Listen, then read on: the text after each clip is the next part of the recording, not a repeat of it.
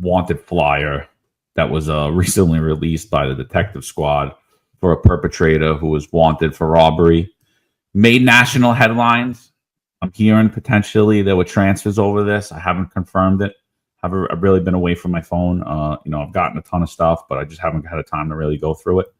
But this is the wanted flyer. This was the perpetrator. This is a legit wanted flyer put out. Person wanted for attempted robbery. 115 detective squad. So this made headlines because of the busty photo. So Ron, you want to go first? Like, what are your thoughts when you're seeing this? My thoughts are, who is the supervisor that approved that photo? Because wanted photos don't just get put out there; they got to be approved for distribution. She's a known, identified person. She's not an unidentified person. It's not a security footage photo. It's a selfie. I don't know. Who's the supervisor that approved that? Yeah. I think that really ties into the topic. I mean, the title of the episode today, So the thumbnail is called "Running on Empty," and in a lot of ways, I think this might have been a troll, and it ties into the thumbnail because I think a lot of the job is frustrated right now, and when I see something like this, I have to wonder: did this occur because of did it slip through because of incompetence, or did it slip through because guys were trying to kind of covertly express a little frustration with the way things are going right now? And if because this to me seems like a trolling. So, I mean, there's a couple of things, right? One, the photo could have been used cutting the cleavage out, right? Mm-hmm. Cleavage definitely attracts attention, right? I mean, you should have known this was going to hit the paper. I mean, so for the sergeant or the lieutenant that approved it, even the detective that put this on, or the police officer that put this on, they should have known how viral this was going to go. And I'll be honest, my first thought was that they used this photo for it to go viral. So now people might say, well, she's a wanted perpetrator. That's a good thing. She'll be apprehended quicker. I don't mean that. When I say that they put this out there, in my opinion, my first thought was that they put this out there for it to go viral. It wasn't, in my opinion, in saying that, it's not that it was to apprehend her quicker. It was that the image goes viral and everybody gets a good laugh. But I do agree with you, Marlon. There's also the possibility floating there because, I mean, for those of you that don't know, I mean, we get tons of messages every day. Cops, they can't take it. They hate it. They don't know what to do. I got 5 years. I got 7 years. I want to leave. What should I do? So there's all that in the background. So those were my two original first thoughts. I was like, like at the end of the day, is it a huge deal? I mean, yeah, I think it shows a lack of professionalism. I do. I think, if that was my daughter, I'd be pretty upset. I'd be mad that she took the photo, one. But we can't control our children.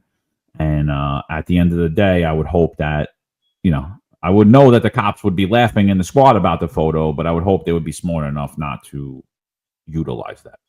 We talk about all the time on all of our shows that the professionalism, the outward-facing view of this job has deteriorated, and this is just, it's just unprofessional. Like you said, that this is, somebody said in the comments, this is obviously from her Instagram or something. She's not shy. I get it. I understand. A lot of times when you have a wanted photo, you want to highlight identifiable body markings. That's quite identifiable. But again, like you said, it either could have been cropped down to the neckline for the face. It's a clear enough photo that it wouldn't have got pixelated. We've seen some of the wanted photos in the past and how cloudy they are. And again, I'm sure since she has, she's been identified, that there were a multitude of other photos that could have been used. But as far as an executive perspective on this, it's inexcusable to me. It's inexcusable to put that up and to be approved. Listen, if the detective putting together, or the White Shield putting together the photo, sends that to you, you come out of your office, you laugh. Like, guy, are you kidding? Come on. Put the real picture in and send it back to me. Yeah. But to send this through ECMS, I mean, this is something that, in the squad room, you print out as a joke, maybe, for circulation within the squad room as a joke. But to actually put this through ECMS, which is, for those who aren't familiar, is the detective's computer system, the case management system. And then for the supervisor to approve it. No. And I believe someone in the chat said that sergeant got sent back, or the lieutenant got sent to patrol. And I don't think, and I'm not a hammer. I don't have thick, I have thick skin. I'm pretty patient and, believe there's a lot of different ways to handle situations other than, harsh discipline. But to me, for you to approve that without some sort of, I don't even know how you could justify it. I don't think you can. I don't think you could come to my office and justify that photo. You can't be in the squad. Pat Donahue says the goal of a wanted ouster is to draw attention to the alleged perp and other identity. If a known perp, locate. This poster does that. It's obvious. It's from her social media, so she's not shy about so she's not shy about it. So listen, I get you. I get it. I get the defensive posture. Like, hey, you want us to locate them quickly? She just attempted the robbery. We put it out there. It went viral. People are seeing it. We're going to get leads as a result of it.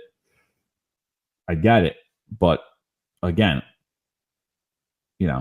from a parent perspective, from I do. I think it's unprofessional. Do I think it's the end of the world? Do I think that someone shouldn't be a cop over it or a detective? No, but I think it's something that needs answering. I don't think this is the end of the world, end all be all. Do I think it should have been big headline news in the New York Post? I don't. But that's what happens, right? I mean, and that's something we always talk about on the show with cops is like they rarely understand. And we'll say it again for like the millionth time. You're a celebrity. When you mess up, you're going to be on the front cover of the paper. All the good stuff you do, you'll never be in the paper. And if you are, you'll be in the back page of the paper, in some little article, in some little local paper that you won an award for something truly heroic that you did. But none of that will come out. And something as dumb as this will get outweighed by that. You remember Greg Gordon, right? Like, do you remember Detective Greg Gordon in the NYPD? Mike Smith's friend, when he danced with the girl in the West Indian Day Parade. It was harmless. Day Parade, not America's Most Talented. But a pair of officers assigned to the event apparently had confusion when they were approached by revelers wearing skimpy outfits.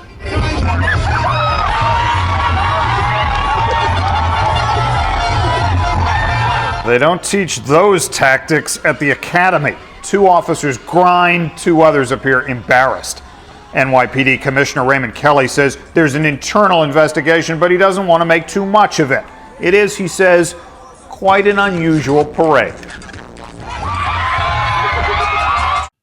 But it was like national news.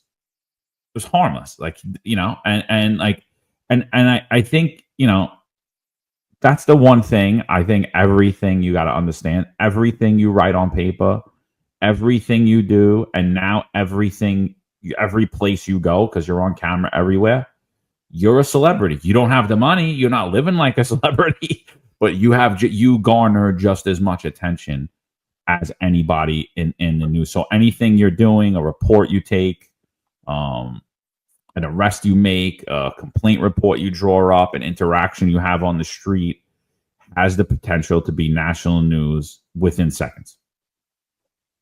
Now, Tom Joyce is saying in the chat, it is unprofessional and should not have been released. However, it can be defended. I'd like to know how. Patrick Donahue has a point. I'll put this out to you, Tom. Would you have approved it? Could a detective really have come into you and justified that photo, or would you have made him or her go back out and find a different photo?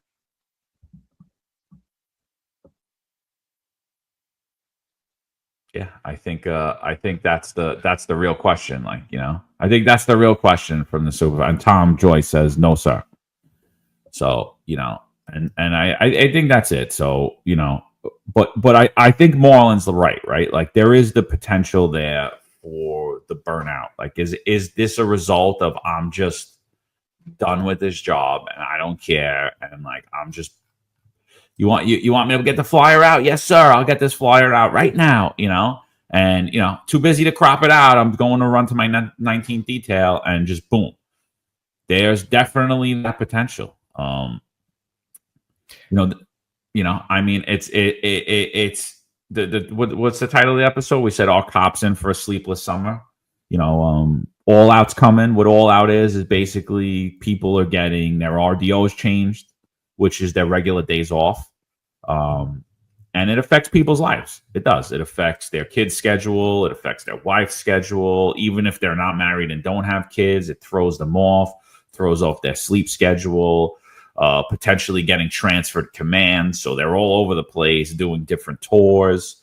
Police work's very intrusive on your life. It's even more so when people don't respect that you actually are human and not a robot. And I kind of feel like under the Tisch administration, that's what's happening. I think cops were actually better off under the Kaman administration as far as maybe not as the way that they looked, but as far as the way they were being treated. Cops were like, because not that the administration was paying attention to them, but they were kind of being left alone more. Now they're being very heavily micromanaged. And I think the transfers have came down, the tour changes have came down, the RDO changes have came down, and all out still hasn't even started. And we've seen throughout this whole winter, detail after detail after detail. And we know that traditionally picks up in the summer, but with all of the tension going on in New York City, it's going to pick up to another pace. So this post comes out on the Survive Policing thread. If you guys don't follow them on Instagram or on social media, I suggest you do. Post is titled, "I am with the NYPD. I hate my job. I just wanted to come out here to spread some awareness to just how terrible life is working with the NYPD. For anyone thinking of it, really think about not having a schedule and never knowing what time you'll actually get out, or just feeling like a modern day slave. I am forced, mandated to work 80 hours of overtime a month, not a year. Every effing month. I am so sick of it because my life circumstances, I am stuck here because a job is a job. I can't even begin to tell you how many times I've been told to come in at a time other than my normal shift. 5 a.m., 4 a.m., 3 a.m., 10 a.m., etc. 3 to 4 times a week. I'm so sick of it. Coming in on my days off and not by choice is the norm. The brass simply do not care about us. They do not see us as human beings. I'd like to think something will change one day, but that's simply a wish at this point. You think that a police department would only get forced to come into work under an emergency like a hurricane. Nope. Crime is up. Sorry, you have to come in for work, just for presence. Come in and stand on a street corner for 12 hours on your day off. Random festival or parade? ? Better summon 100 cops to come in on their day off. It's just sickening, and I am truly so sick of it. I'm just done. Anyone considering this job, just really think about basically no set schedule. I'm not even going into how easily we get thrown under the bus. for minor things and for crucial for taking action. That's a whole other story. What do you think about that? It's sad. It's sad to hear the thought process of cops today. Because I come from a time on the job where we loved the job, we loved coming to work. We knew we weren't the highest paid, and I'm talking about when we really weren't paid a lot of money. And a lot of guys had to have a second job just to pay your bills, not to live extravagant lifestyles and drive around in new cars. It's not untrue that that guys are getting abused. They're getting abused with the overtime. That the city has created the mass exodus. The city and state legislature, the upper echelon of the police department, and how the members are treated in the obvious and overt nepotism, and in promotions and transfers, people aren't being rewarded properly the way they should be rewarded. And the answer is always just throw more cops out there, throw more cops out there. What happened to precision policing? Take your resources and target the problem and address the problem. Omnipresence is one thing, and it does have a place in policing. But I think that the perception management has taken more of a front seat than actual hardcore, old-fashioned police work. Yeah, if I could just go back to that photo again, that photo is to me it seems a little distorted there. So not only is the photo a little bit it's a little bit out there, but it to me it doesn't show a clear enough image of her face. It seems a little bit distorted, right? So this goes back to what I said before. There's a lot of frustration on the job right now.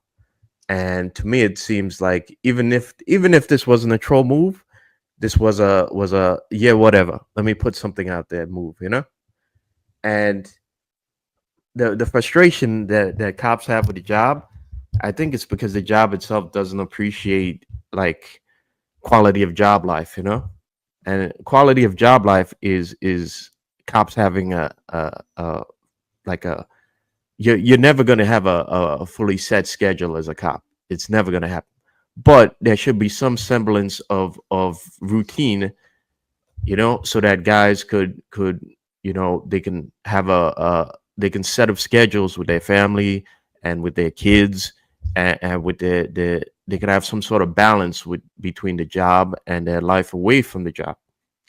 And I've said this before, if cops have a happy job life, quality of job life, then they're going to reflect that happiness when they deal with the public.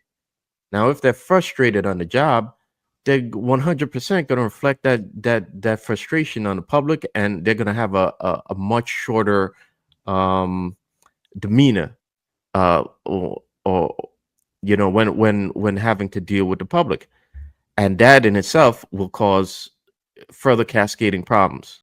You've just watched a clip from our live episode. Click the description to watch the full episode. Like, share, and subscribe for more videos just like this.